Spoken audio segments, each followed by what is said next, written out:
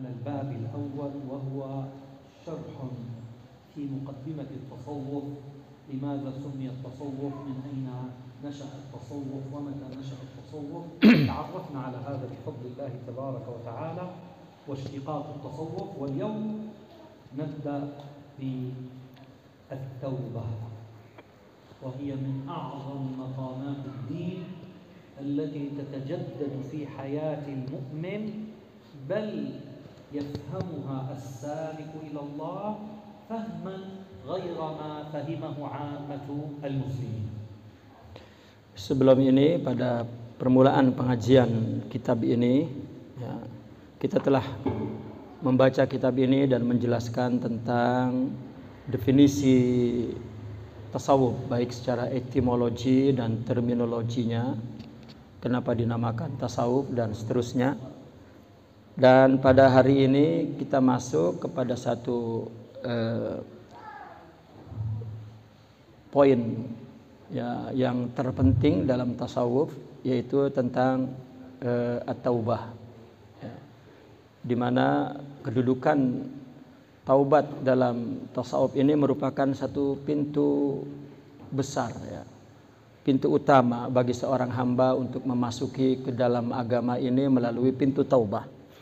Dan taubat dalam perjalanannya adalah seperti kawan yang selalu menyertai kita dan kita memerlukannya, karena senantiasa kita berbuat salah dan pintu itu terbuka selama-lamanya bagi umat ini. Dan pemahaman tentang taubat dalam tasawuf tidak sama dengan pemahaman secara umum di luar tasawuf. Maka pada kali ini kita mempelajari taubat dalam konteks tasawuf. فعرف مولانا الإمام العجيب رحمه الله التوبة فقال الرجوع عن كل فعل قبيح إلى كل فعل مليح. لاحظوا أيها الأحبة أنه الآن بدأ بشرح شيء يسمى الأفعال، وهذه الأفعال في الحقيقة في عقيدتنا تنسب حقيقة للعبد، حيث إن خالق الأفعال هو الله تبارك وتعالى. الله عز وجل خلق فيك شيئا يسمى الاختيار. هذا الاختيار عبر عنه أهل العقائد بالكسب. هذا الكسب هو الذي ستحاسب عنه يوم القيامة. والله خلقكم وما تعملون. فانتبهوا أن أصل خلق الفعل في العبد هو الله، وترك لك ربنا مساحة عظيمة تسمى الاختيار.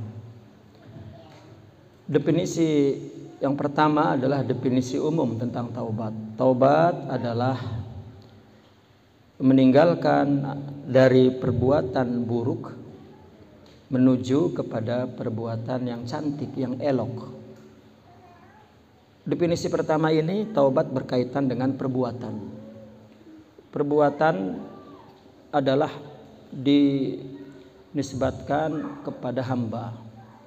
Kita sering mengatakan ini usaha saya, ini pilihan saya, ini milik saya sebagai manusia, sebagai hamba, adalah perbuatan, bukan seolah-olah bukan kerja Tuhan. Ini kerja manusia sebagai hamba, di mana taubat adalah mengembalikan atau kembali dari perbuatan buruk kembali menjadi perbuatan yang baik. Padahal kata perbuatan, kata fi'il yang kita sering sandarkan kepada diri kita, sebetulnya itu sama ciptaannya dengan kita. Perbuatan ciptaan Tuhan, kita pun ciptaan Tuhan. Namun ciptaan ini Allah sandarkan kepada kita sehingga kita merasa memiliki perbuatan itu. Kita menyebut dengan kata lain ikhtiar kita atau kasab kita.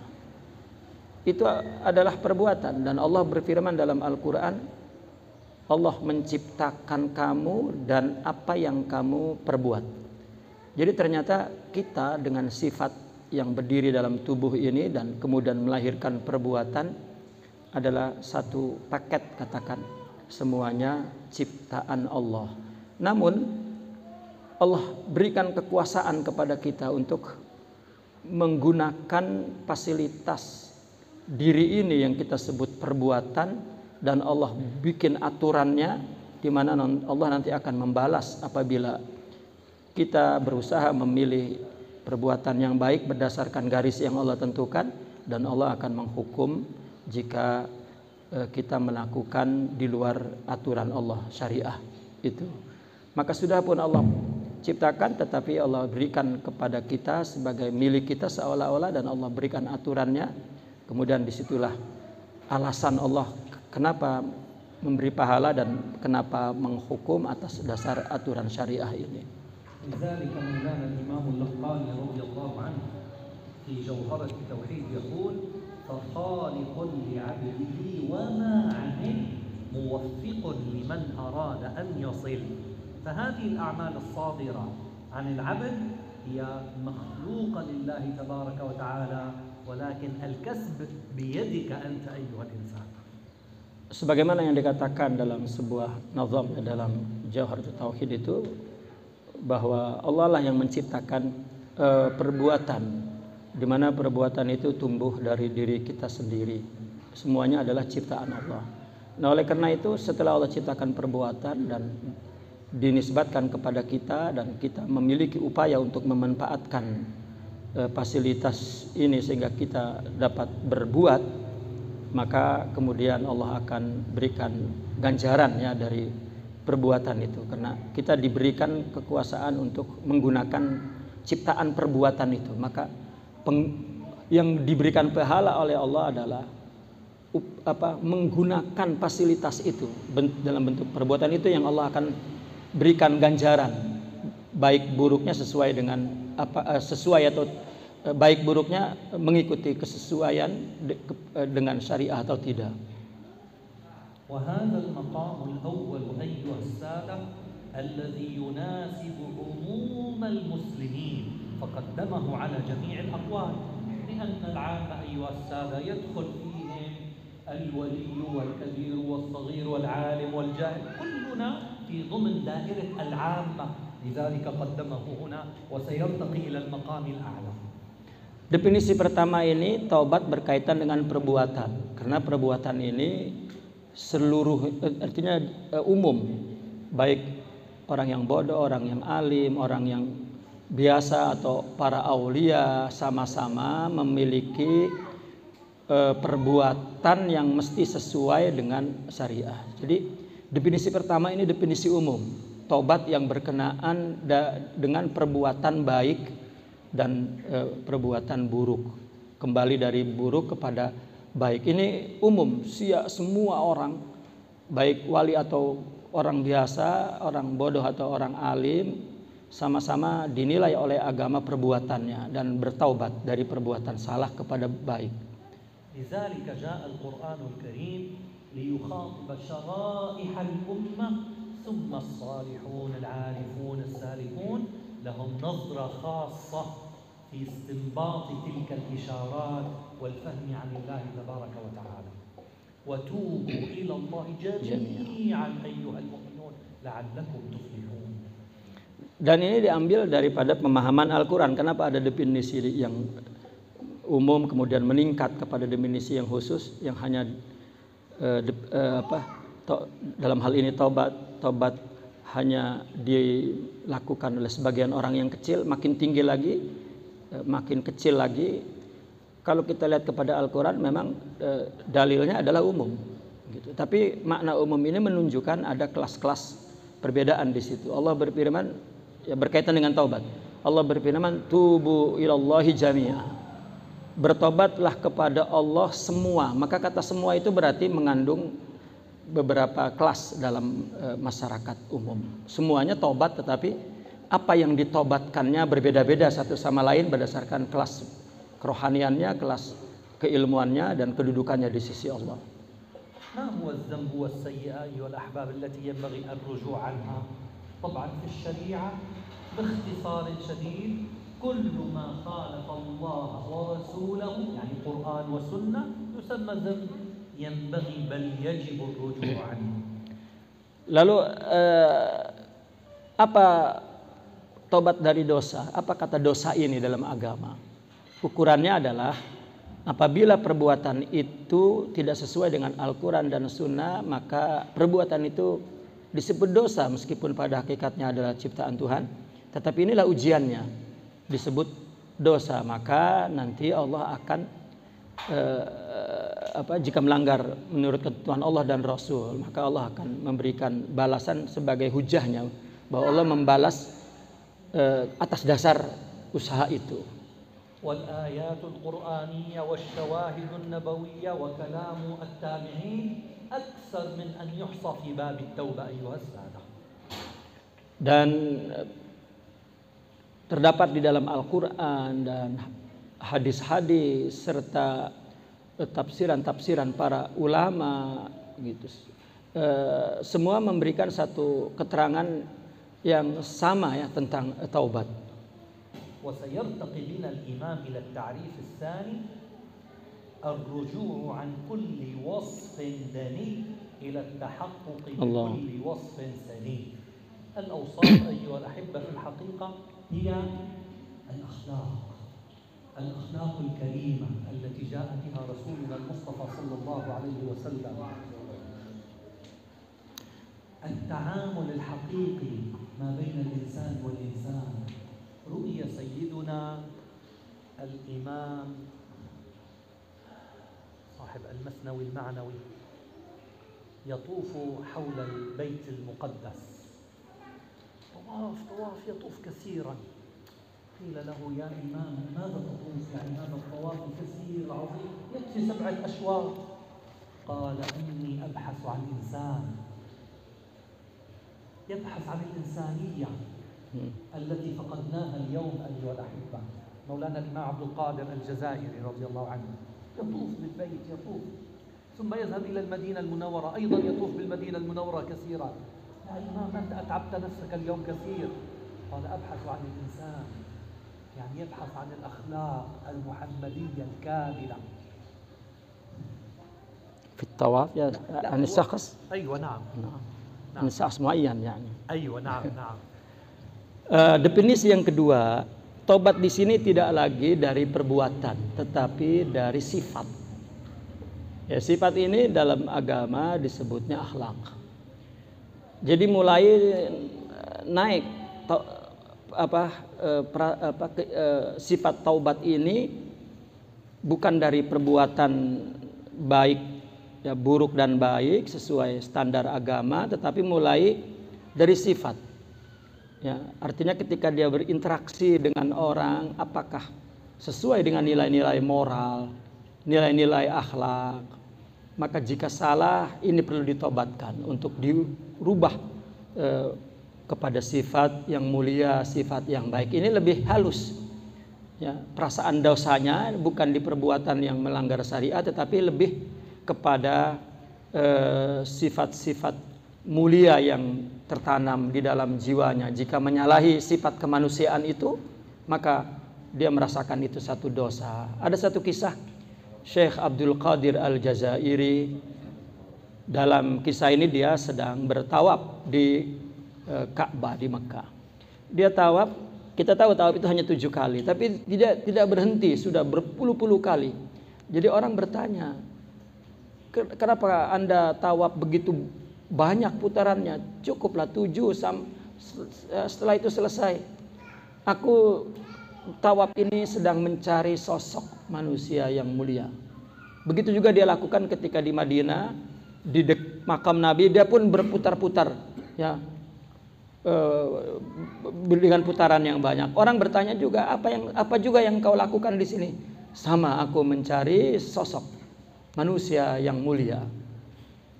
Nah, وهذا المقام الثاني أيها الأحبة يبحث عنه السالكون كثيرا.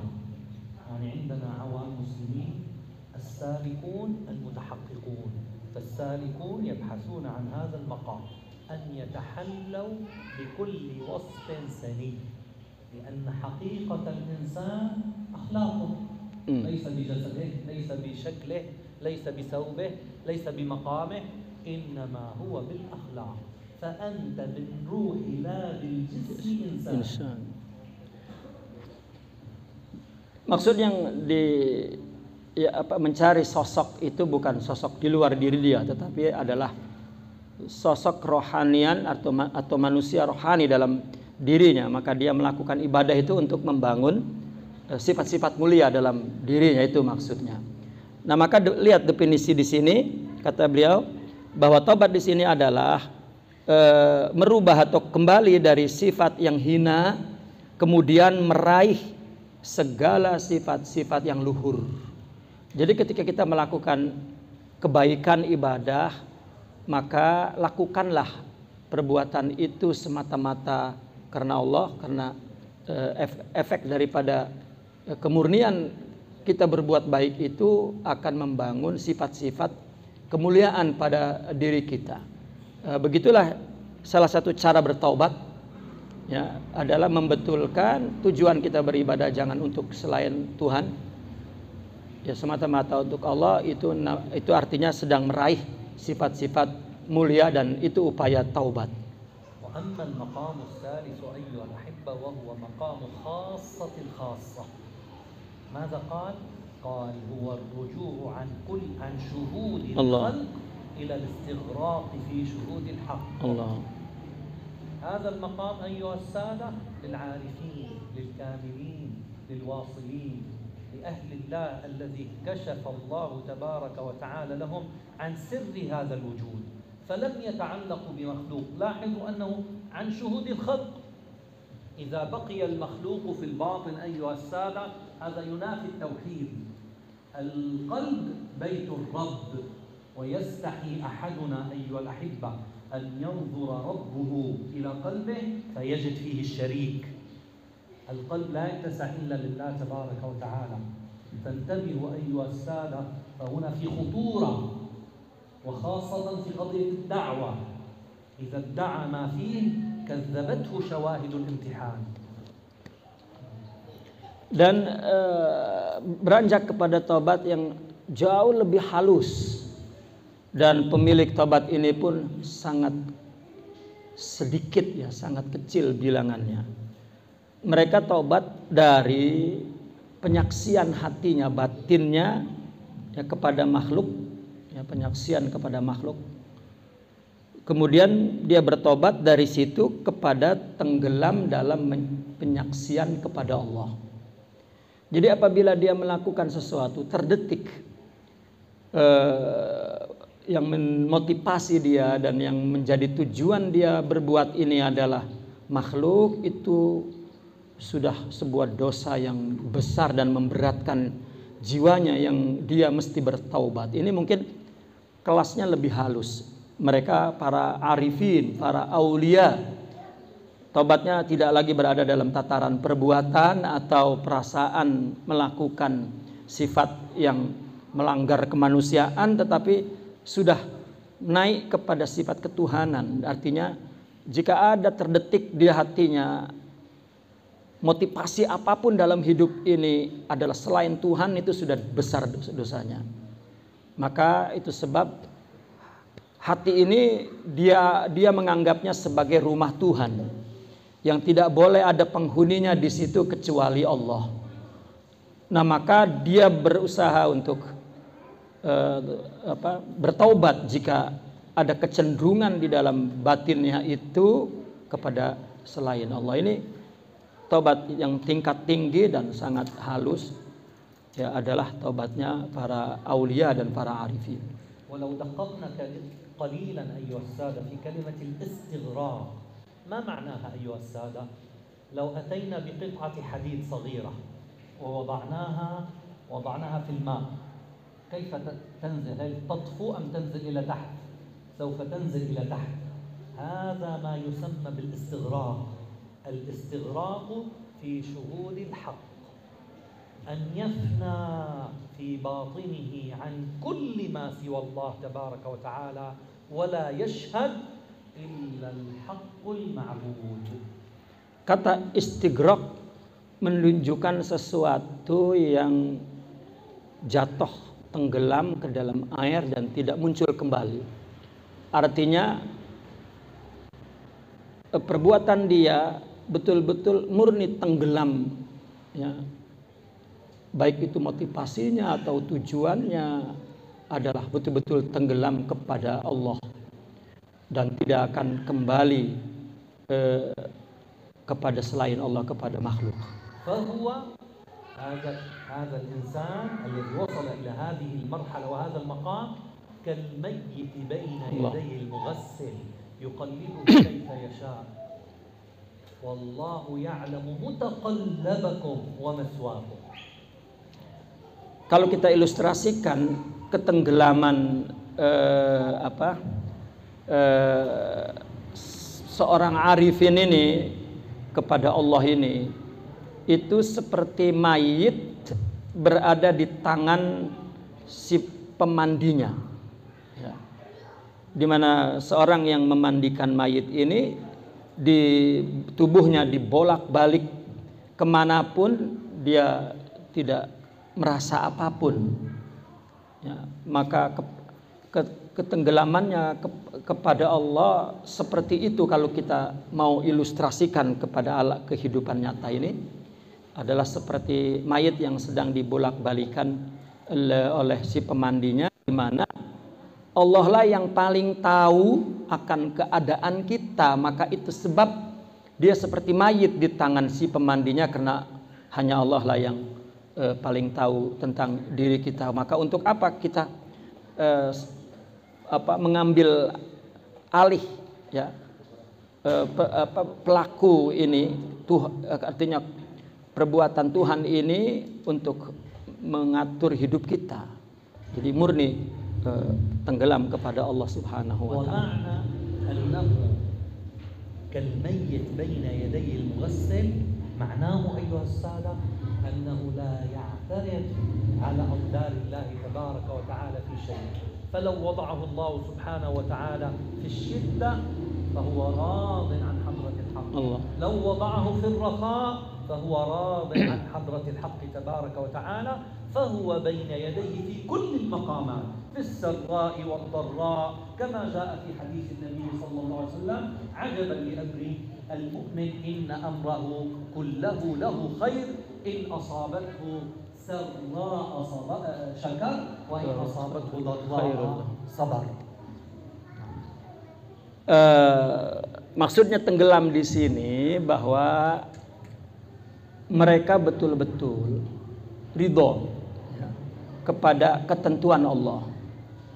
Dimanapun Allah letakkan dia atau keadaan apapun yang menimpa dia, maka dia sama sekali tidak i'tirad, tidak tumbuh perasaan untuk menolak, tidak ingin, tidak cocok, tidak ada itu di dalam jiwa dia. Betul-betul apa yang Allah berikan itu yang terbaik, karena Allah yang Maha Tahu, dan dia menerimanya meskipun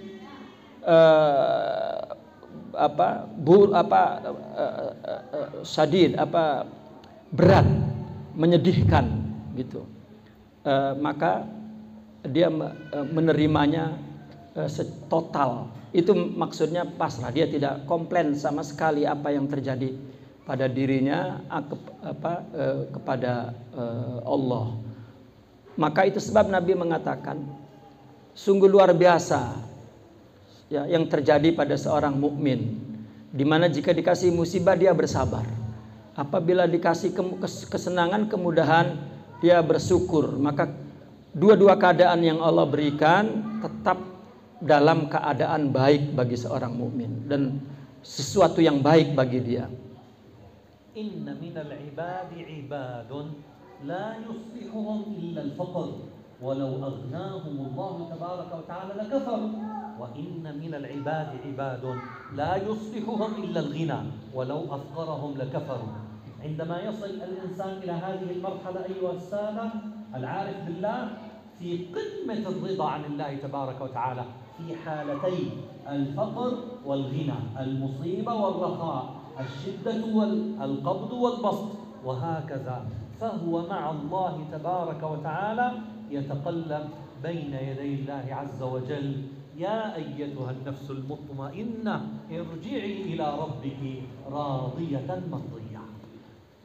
Allah lah yang Maha tahu ya akan keadaan setiap hambanya, maka apa yang Allah berikan itu dengan artinya kemahatauan Allah itulah yang paling sesuai ya peristiwa itu bagi hambanya. Ya, ada yang lebih utama dari sekedar dia menderita, dia sakit dari apa yang ditimpahnya, tetapi ada sebetulnya yang Allah Maha tahu, yang kita tidak tahu bahwa itu kebaikan bagi dia. Seperti yang dikatakan juga dalam hadis, ada seorang hamba yang hanya layak dia, artinya dia bersambung kepada Allah, dia baik ketika dia diberikan atau ditakdirkan miskin. Dikasih kaya saja maka dia akan berbuat sesuatu yang melanggar yang besar dan akan lupa kepada Allah. Tetapi juga ada sebagian orang yang layak diberi kekayaan. Kalau dimiskinkan saja maka jadi kafir. Nah, maka Allah menentukan ini enak, ini tidak enak, ini susah, ini menyenangkan. Sebetulnya ada sisi yang sangat positif. Hanya Allah yang tahu dan kita tidak tahu. Nah, mereka para wali yang karena memang menyaksikan hakikat itu, maka dia suka kepada apa yang Allah letakkan keadaan itu kepada dirinya, apapun dia melihat keindahan itu. Itu sebab dia apabila ada rasa komplain maka bagi dia dosa besar, karena kita tidak tahu dan Allah lah yang Maha tahu. وقسمها العارفون بالله إلى ثلاثة توبة وأوبة وحوبة. التوبة تجمع الجميع والأوبة تجمع الخاصة، وقد ذكرها الله تبارك وتعالى هي مقام من مقامات الأنبياء. نعم العبد إنه أواب. ثم الحوبة. ما هي الحوبة أيها السادة؟ في الحقيقة كما جاء في صحيح الإمام مسلم عن سيدنا أبي هريرة رضي الله عنه أنه قال رسول الله صلى الله عليه وسلم إنه ليغان على قلبي فأستغفر الله. رجع المفسرون إلى العربية فوجدوا كلمة الغين بمعنى الذنب. كيف ذلك أيها الأحبة والنبي المعصوم الأمين صلى الله عليه وسلم؟ هل يذنب رسول الله صلى الله عليه وسلم؟ من اعتقد هذا الاعتقاد في شريعتنا كفر. كيف ذلك؟ كيف نوفق ونفهم هذا الحديث؟ إنه التوبة من مقامات إلهية ترقى منها رسول الله إلى مقام أعلى، فكان يستغفر صلى الله عليه وسلم من المقام الأدنى. الله. ولو اعتقد أحدنا غير هذا الاعتقاد ينبغي عليه أن يجدد الإيمان فيما بينه وبين ربه. هذا هو المقام الثالث، الحوبة. Ada ulama yang memberikan istilah untuk 3 tingkatan ini. Meskipun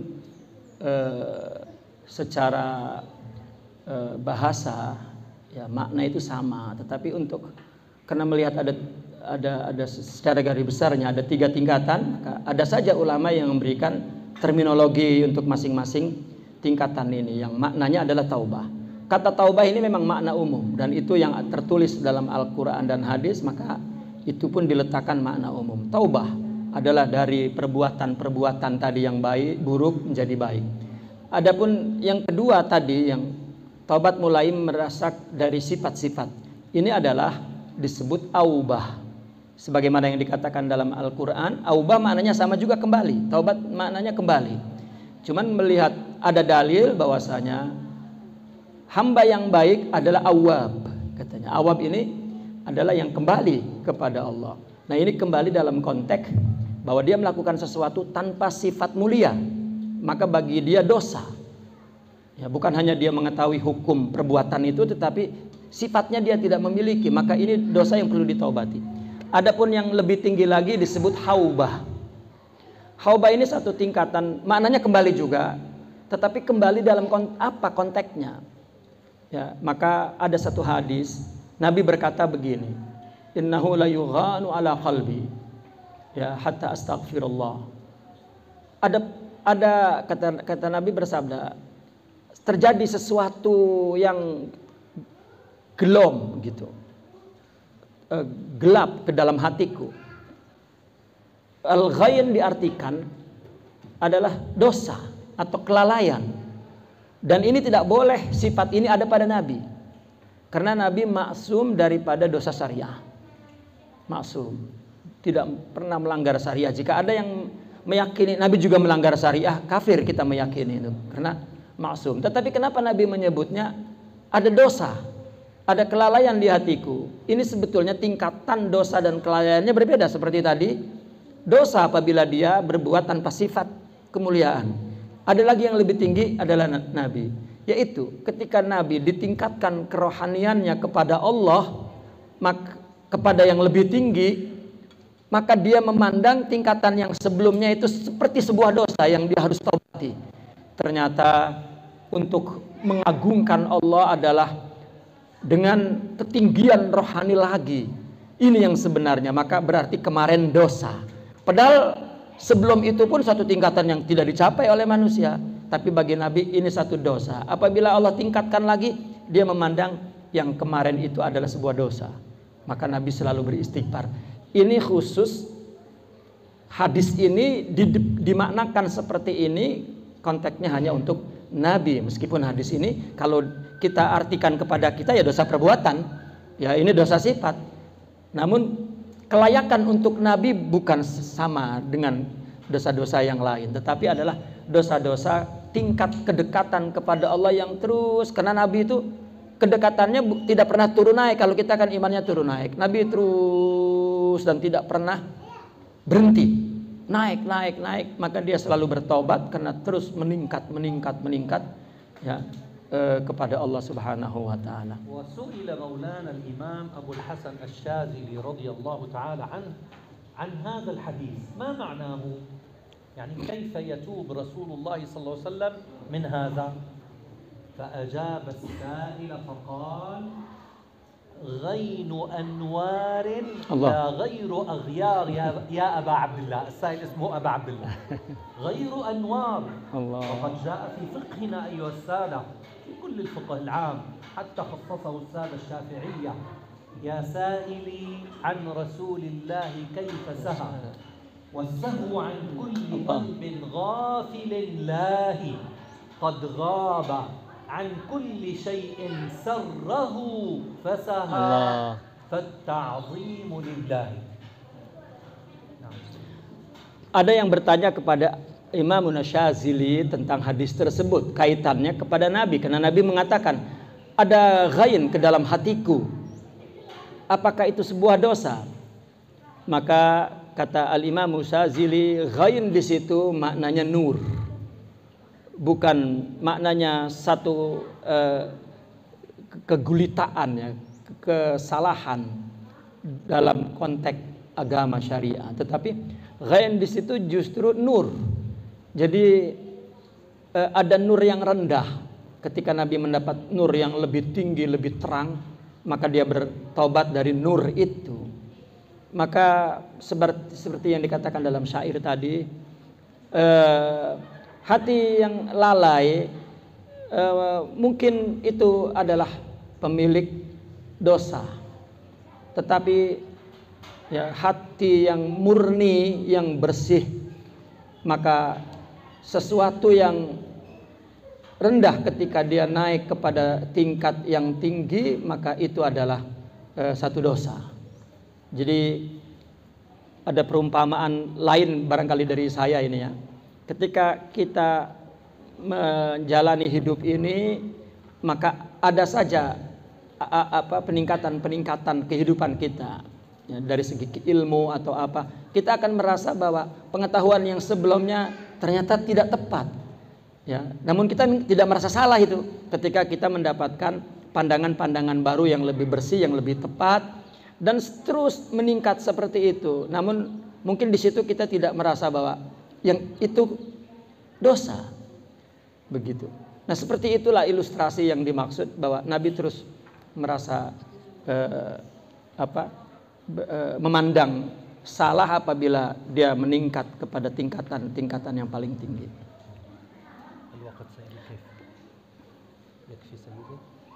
طيب إن شاء الله وهذا ما وفقني الله تبارك وتعالى إليه وأشكر سيدي فضيلة الشيخ رحيم الدين حفظه الله على إتاحة هذه الفرصة بين يديكم. أسأل الله سبحانه وتعالى أن يوفقنا لكمال طاعته يا رب العالمين. وشكرا لكم جميعا، والسلام عليكم ورحمة الله تعالى وبركاته. وعليكم السلام ورحمة الله وبركاته.